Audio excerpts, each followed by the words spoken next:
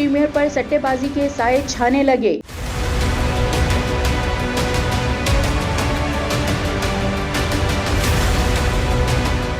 हालिया दिनों में आईपीएल की साख को एक संगीन खतरा दरपेश है। भारतीय क्रिकेट लीग आईपीएल में गैर कानूनी सरगर्मियों की गूंज शुरू हो गई है। भारतीय क्रिकेट बोर्ड ने इस हवाले से अलर्ट भी जारी कर दिया है। बीसीसीआई के anti corruption security unit ACSU ने इस मामले पर नजर रखी हुई है और तमाम आईपीएल के शिरका को मोहतात रहने की हिदायत दी गई है ताकि क्रिकेट की साख को किसी भी किस्म के धब्बे से बचाया जा सके। भारतीय मीडिया के मुताबिक बीसीसीआई ने टीमों को वार्निंग जारी की है कि हैदराबाद से ताल्लुक रखने वाली मुमकिना तौर पर कारोबारी शख्सियत आईपीएल से मुतल्लिका लोगों को फंसा सकती है। भारतीय क्रिकेट बोर्ड ने टीम मालिकान, खिलाड़ियों, coaches, team officials, support staff और कम्युनिकेटर्स को खबरदार कर दिया है। IPL anti corruption security unit का कहना है कि हैदराबाद डिकन से ताल्लुक रखने वाली शख्सियत लीग में मुलव्वस अफराद के साथ दोस्ती बढ़ा सकती है। मुतल्लिका कारोबारी शख्सियत के ताल्लुकात बुकीज के साथ है और माजी में करप्ट सरगर्मियों में मुलव्वस रही है। IPL anti corruption security unit ने कारोबारी शख्सियत के साथ किसी भी किस्म के ताल्लुक को रिपोर्ट करने की हिदायत की है।